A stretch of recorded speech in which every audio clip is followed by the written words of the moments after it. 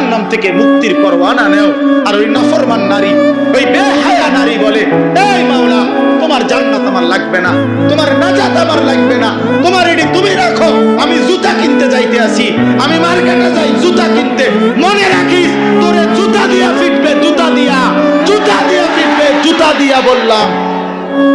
বেহায়া নারী, মনে রাখিস, তোরে জুতা দিয়া ফিটবে, তোরে ফেরেশতা জুতা দিয়া ফিটবে।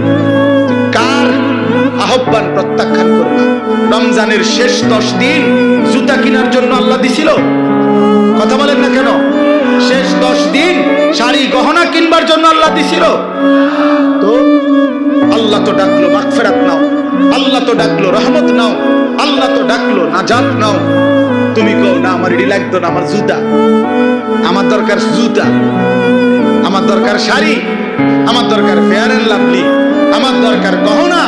আমি রাস্তার পুরুষ দেখাবো, আমি বখাটেরা রেডি হয়ে আছে আমার রূপ দেখার জন্য, যৌবন দেখার জন্য। এই জন্য সভ্য মেয়ে নিজের শরীর প্রদর্শন করার জন্য সে নানা রঙের বাহারি সাজে সাজে। আরে নারী, ওই মেয়ে, কন্যা বোন, তুমি যদি বুঝতা, যারা তোমারে দেখে তারা তোমারে উপভোগের কল্পনা ছাড়া, তারা জিনা ব্যভিচারের কল্পনা ছাড়া আর কিছু তাদের দিলে তোমার প্রতি জাগে না। এই ছাড়া আর কিচ্ছু নাই, এই ছাড়া আর কিছু নাই। দুশ্চরিত্র যুবক তোমাকে নিয়ে উত্তম কোনো কল্পনা করে না, উত্তম কোনো কল্পনা করে না।